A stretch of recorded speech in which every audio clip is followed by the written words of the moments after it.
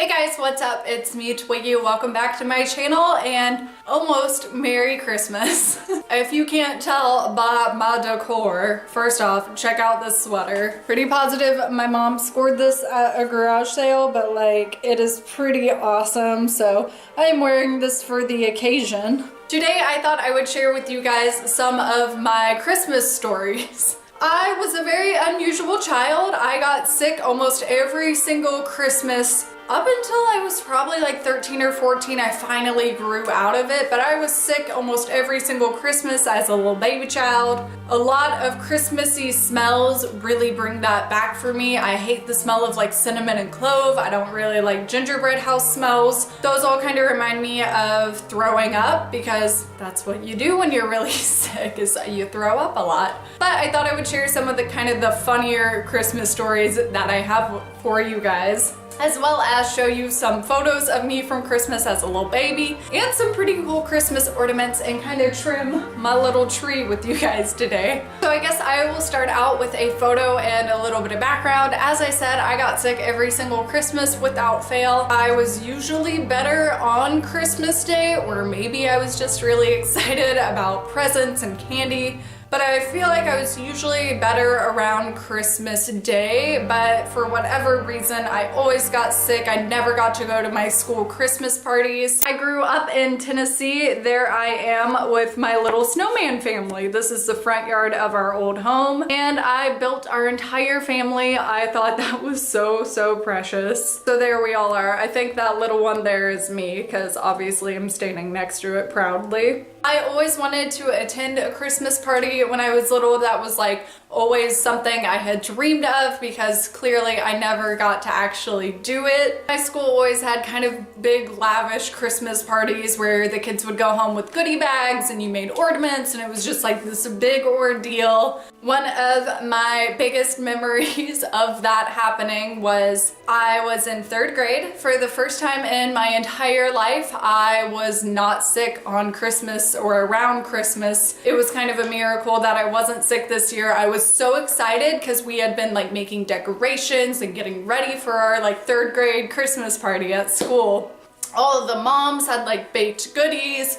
We all had like a bake sheet list we took home to our moms, being like, what do you want to make for Christmas? And it was just, I just remember being so excited for my 3rd grade Christmas party. The morning of the Christmas party, I wake up bright-eyed and bushy-tailed. I'm like, today's the day. I get to go to the Christmas party. I'm so excited. And my mom looks at me and she goes, oh no, sweetie, I'm so sorry. You can't go to school today. But I feel totally fine. I don't have a fever. I'm not throwing up. I don't understand why my mom would be telling me this at all. And for some reason, my first instinct, I was like, did I punch myself while I was sleeping? Do I have a black eye? It's okay, I'll still go to school. Like, no worries, I'm going to this Christmas party, can't wait. And she was just like, no, sweetie, I'm so sorry, you can't go to school. I could tell my mom felt so bad for me in this moment, because she was like, you poor sweet thing, this is your curse apparently, is you get sick for Christmas parties. And as it would turn out, as fate would have it, I woke up the morning of the Christmas party covered head to toe in chickenpox. I had never had chickenpox in my life, apparently. They thought I had it when I was a wee little tot, but apparently it turned out to be the other thing that's very similar to chickenpox. Can't remember what that is now. Coincidental timing, I woke up the morning of the Christmas party in chickenpox, but the weird thing about having chickenpox is I felt fine the whole time. The whole time I never felt sick. I didn't feel bad. It was super itchy, but I wasn't actually physically sick. It's very hard for me to understand why I had to miss this Christmas party. I didn't get it. I cried so much. I was so sad. My teachers were nice enough that they actually made me a big Christmas goodie bag full of everything I could imagine. Candy, little games, like baked goods, everything. And my 3rd grade teacher even wrote me a note being like, I'm so sorry this happened to you. It was very sweet. We went to the school on the way home from going to the doctor, I'm sure. We stopped by my school and my mom picked up my goodie bag for me, and that was awesome. I was glad I got that at least, but very bummed out that I woke up with the chicken pox, but now that I look back at it, that's kind of hilarious. I mean, what are the odds that that happened? And by the way, no other kid in my class got the chicken pox. So I will show you a couple of little ornaments that I have here that I made. When I was little, we lived in Tennessee, as I said, and we would drive up to Indianapolis where my grandfather lived on my dad's side. And there's a big children's museum there that they go all out for Christmas. They decorate that thing like crazy. There's this massive slide. If you've ever been, you know what I'm talking about. We would go there every year around Christmas to visit my grandpa and go to the children's museum. So that's where most of these ornaments came from, is me making them at the children's museum. So this is my little Santa Claus, and it is just so adorable. I love this. It's made out of a little pot. At some point, it clearly broke, but my mom saved the day and glued it back together. For those of you who don't know, I'm going to let you in on just a little secret, which is my real name is not Twiggy.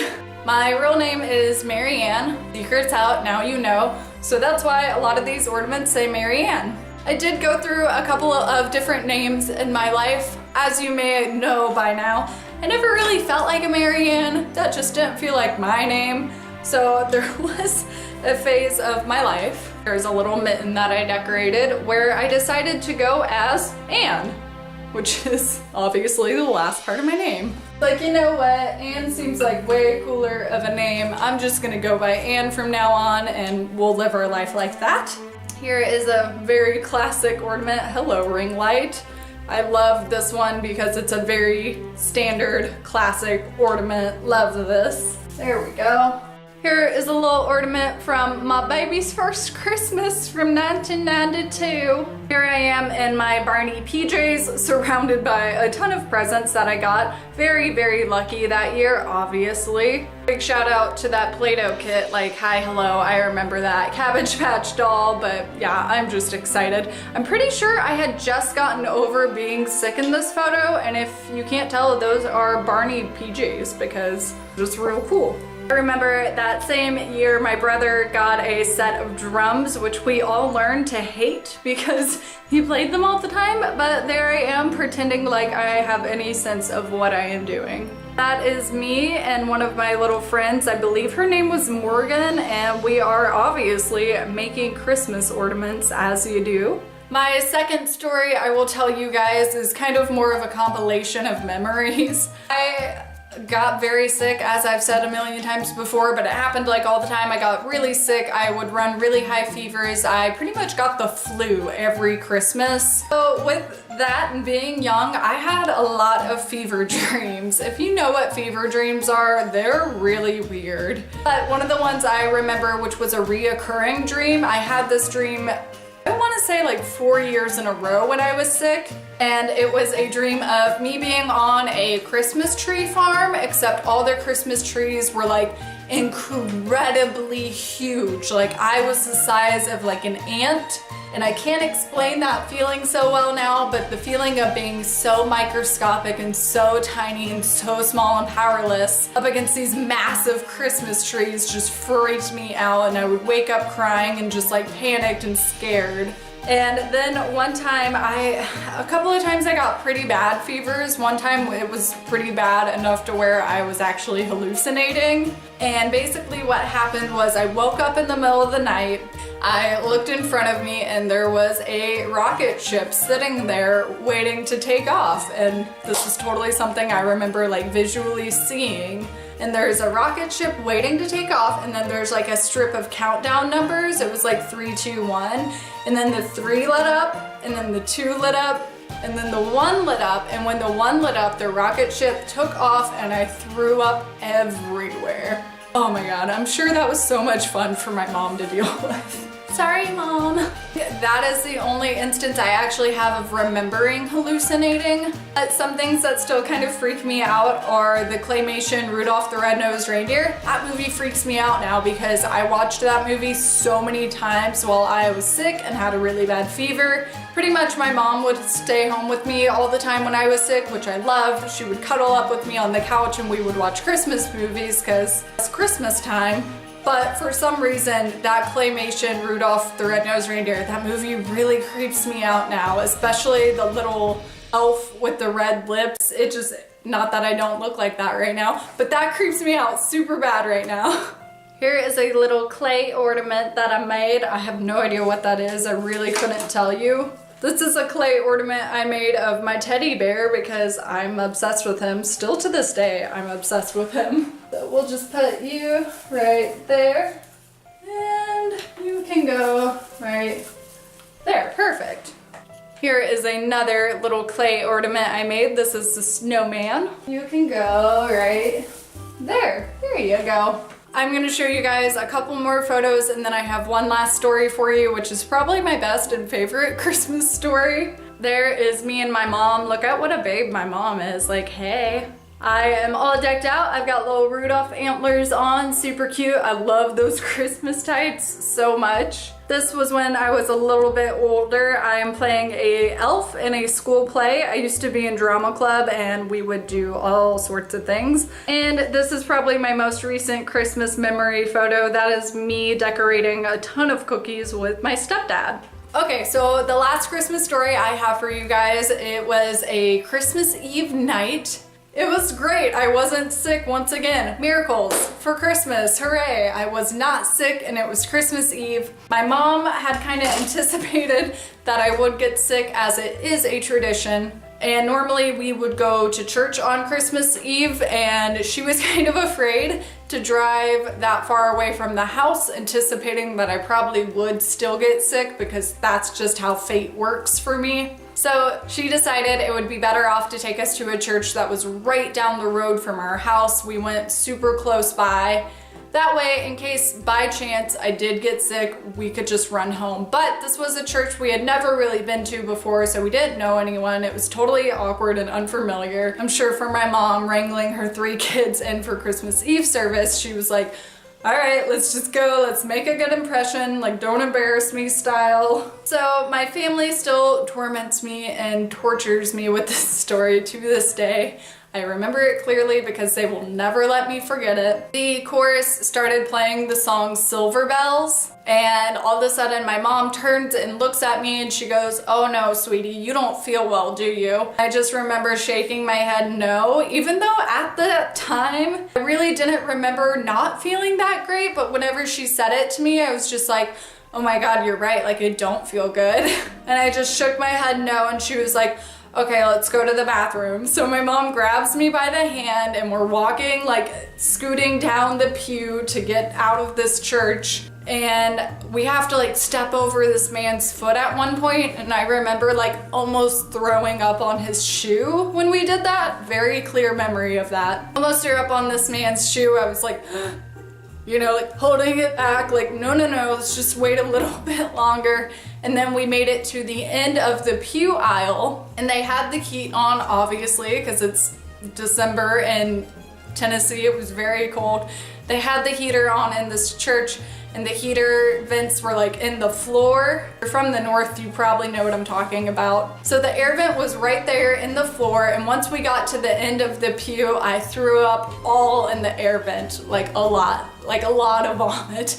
Straight into the air vent, right into the heater, so the entire church just started like smelling my vomit. Really classy moment of my life. My mom was mortified, I'm sure.